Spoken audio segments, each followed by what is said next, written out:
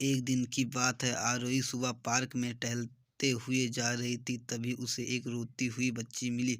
आरोही ने उससे रोने का कारण पूछा तो लड़की ने बताया कि वह जिस गुड़िया से खेल रही थी वह इसी पार्क में कहीं खो गई है। आरोही ने उस बच्ची को उसकी गुड़िया ढूंढ लाने का आश्वासन दिया, जिससे वह बच्ची चुप हो गई। आरोही ने गुड़िया ढूंढने के लिए समय मांगी और फिर दूसरे दिन गुड़िया लाने का वादा करके वहां से चली गई। पर गुड़िया न तो आरोही को मिली और न ही उस बच्ची को।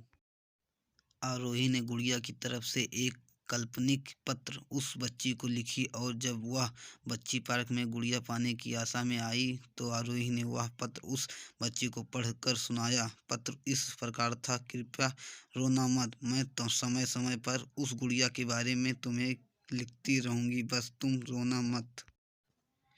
अब आरोही रोज उस खोई हुई गुड़िया की तरफ से काल्पनिक पत्र लिखने लगी और लगभग रोज ही उस बच्ची को पढ़कर सुनाती, जो कि यात्रा का काल्पनिक वर्णन हुआ करता था। आरोही ने उस काल्पनिक लेकिन रोचक वर्णन ने उस बच्ची को रोने नहीं दिया। वह खुशी खुशी अपनी गुड़िया की गुम कड़ी के सुनने के लगी। अब वह खुश रहने लगी।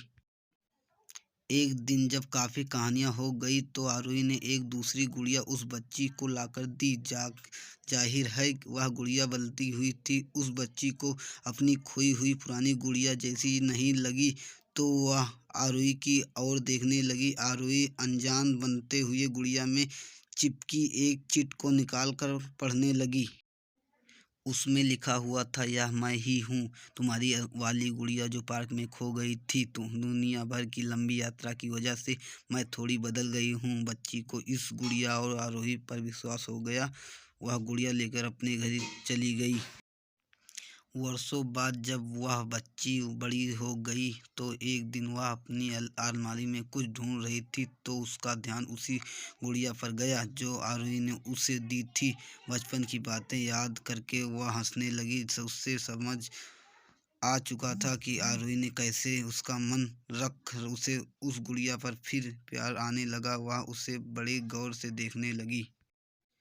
तभी उसकी नज़र गुड़िया की फ्रॉक की आस्तीन में छुपे एक छोटे से पत्र में गई। उसने बड़ी व्याकुलता से वह पत्र निकाला और पढ़ने लगी। पत्र में साझे में यह लिखा हुआ था, हर वह चीज़ जिसमें तुम प्यार करते हो कभी न कभी तुमसे खो जाएगी और जो वही तुम्हारे लिए सच्चे रूप में बनी होगी। रूप भले ही भिन्न होगा पर प्यार एकदम खालिस होगा। हमें कमेंट करके बताइए कैसी लगी ये आपको कहानी। अगर आपके पास भी ऐसी कोई कहानी है तो हमें ज़रूर शेयर करें। हम कोशिश करेंगे आपकी कहानी को लिखने का।